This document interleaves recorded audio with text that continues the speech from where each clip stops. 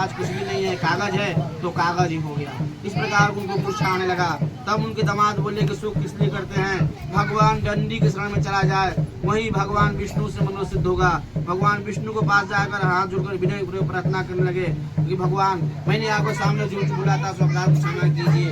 फिर भगवान भक्त के पीछे रहते हैं। भगवान कहते हैं मेरी इच्छा से तुमको बार बार दुख प्राप्त हुआ है, तुम मेरी अगर पूजा से विमुख हुए हो।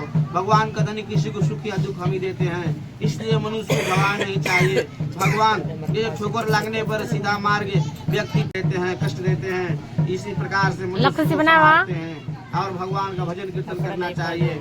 भगवान कहते हैं कि मनुष्य को क्रोध नहीं करना चाहिए। सत्यनारायण भगवान नारायण नहीं, सत्य माने सच्चाई।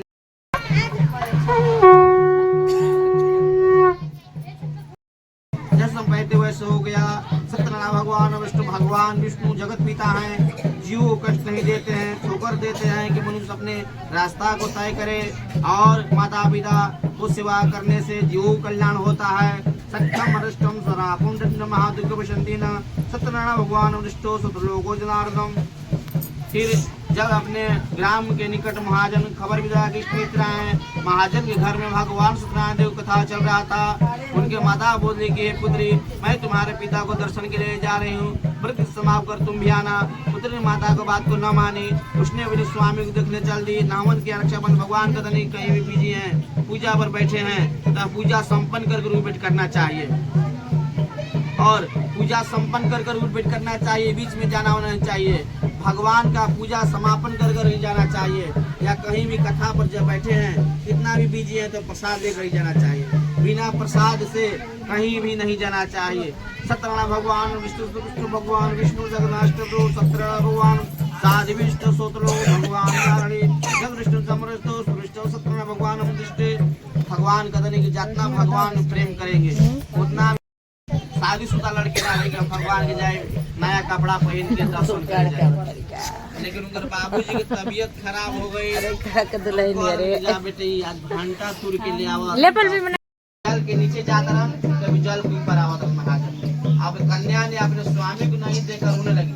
तब आकाश मंडल सब हुआ। पहले के युग में, त्रेता में, द्वापर में कोई भी गलत कार्य होते रहे या जो भी होते रहे शुभ कार्य, आकाशवाणी हो जाता है, आसमान से आवाज आवे।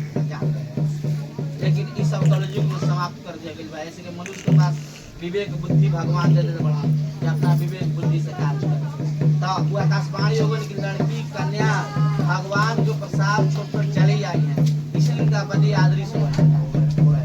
यदि कन्या ने भगवान को प्रसाद पाकर आवे तो दे देगी। कन्या ने फिर दौड़ते दौड़ते गई और भगवान को प्रसाद उसके बाद भगवान को उसके पति से कुछ प्राप्त किया। कथा के ये महत्व बा कि भगवान एक चूर्ण भी मिल जाए कथा के तो बहुत भगवान भाग्यशाली मनुष्य के प्रसाद। सत्यनारायण भगवान भगवान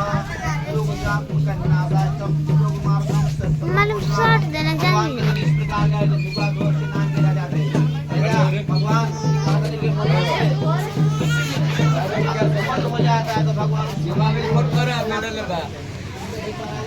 मन में सदा हुआ तो आए लोग हम लोग भगवान के जंगल में